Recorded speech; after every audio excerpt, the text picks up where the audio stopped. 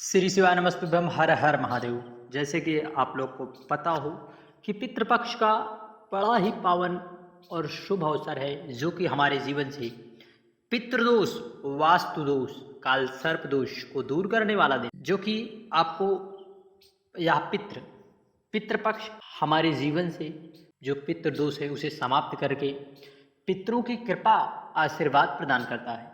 इसलिए हमें पितृपक्ष में यदि हम कोई भी उपाय पूज्य गुरु जी के द्वारा बताए गए उपायों को यदि करते हैं तो निश्चित है कि पितृ की कृपा होगी।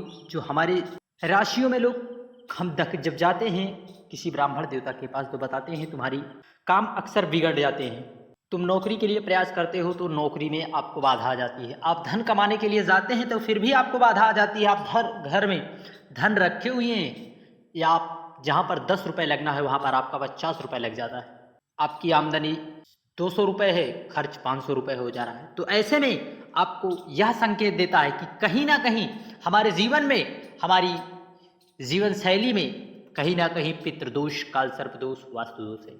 तो उसको दूर करने के लिए हमें स्वधा वाला उपाय करना है। स्वधा, आप एकादशी में पूज्य गुरु जी के मुखार बिंदु से स्वधा स्वधा वाला उपाय 3 बार कहना है। इसमें आपको 5 बार स्वधा स्वधा बोलना है।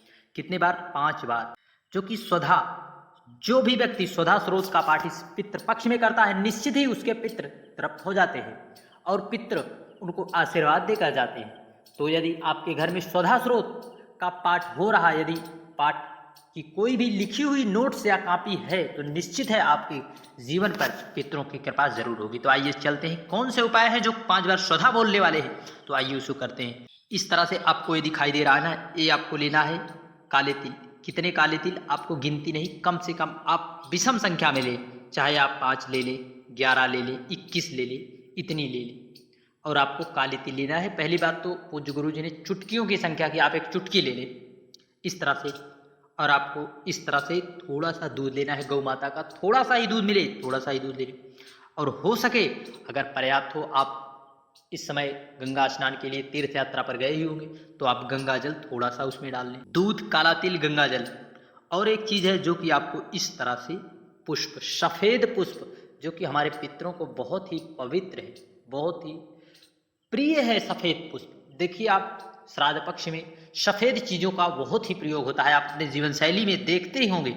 तो इसलिए आपको इन सब चीजों को लेकर आपको स्वधा, या तो आप स्वधा स्रोत का पाठ करा लें, स्वधा स्रोत का पाठ कर लें, या फिर आप स्वधा बोल दें, तब भी आपको पितरों की कृपा प्राप्त होती है निश्चित। और फिर उसके बाद आपको पितृ आशीर्वाद दे देंगे, आशीर्वाद दे के जाएंगे आपके जीवन से। जो इन समस्याएं ने आपको घेरा है वह पितरों की महान कृपा से आपके जरूर कार्य बनने शुरू हो जाएंगे और धन आपके घर में माता लक्ष्मी की भी कृपा आप पर प्राप्त होगी। इन सब चीजों को लेकर हमें पहुंच जाना है किसी भी पीपल वृक्ष के नीचे, वट वृक्ष के नीचे, चाहे 3, गुरु जी ने 3 वृक्ष बताए, एक बेल का पेड़, एक वट का पेड़ वृक्ष और एक पीपल का वृक्ष। यह हमारे पितरों के तुल्य होते हैं।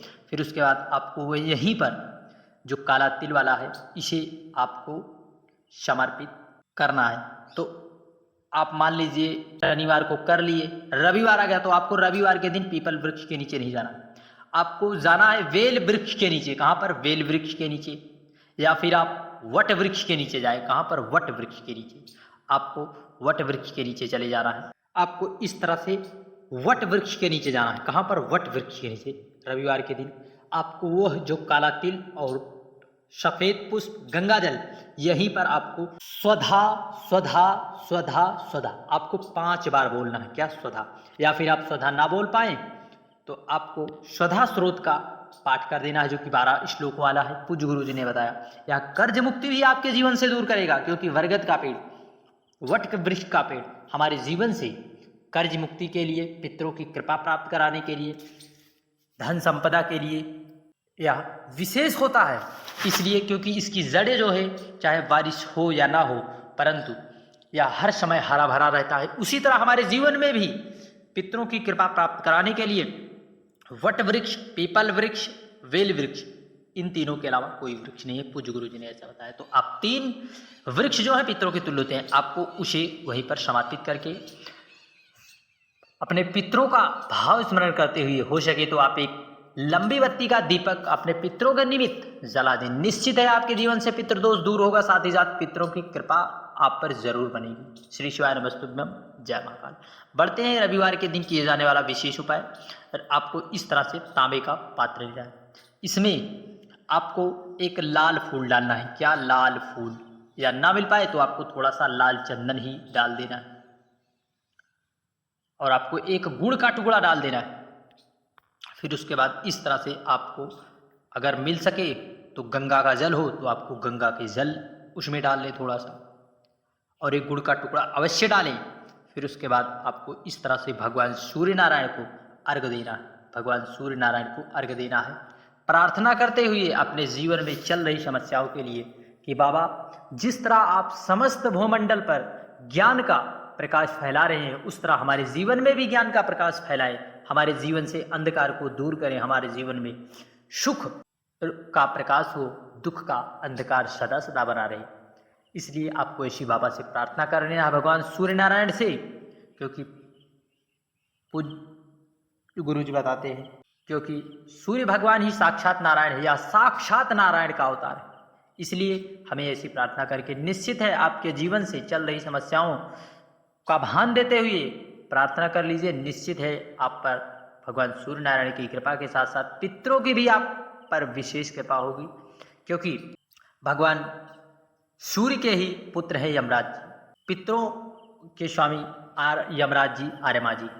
तो आप निश्चित है भगवान सूर्य जी नारायण को यदि प्रसन्न कर लेते हैं तो आपके जीवन में चल रही समस्याएं निश्चित है भगवान सूर्य नारायण की कृपा से जरूर दूर होगा। श्री शिवाय नमस्तुभ्यम, हर हर महादेव। वीडियो की जानकारी उपयोगी लगे चैनल को जरूर सब्सक्राइब कर कमेंट में ओम पितृदेवाय नमः या हर हर महादेव या ओम सूर्याय नमः जरूर लिखकर भेजिए।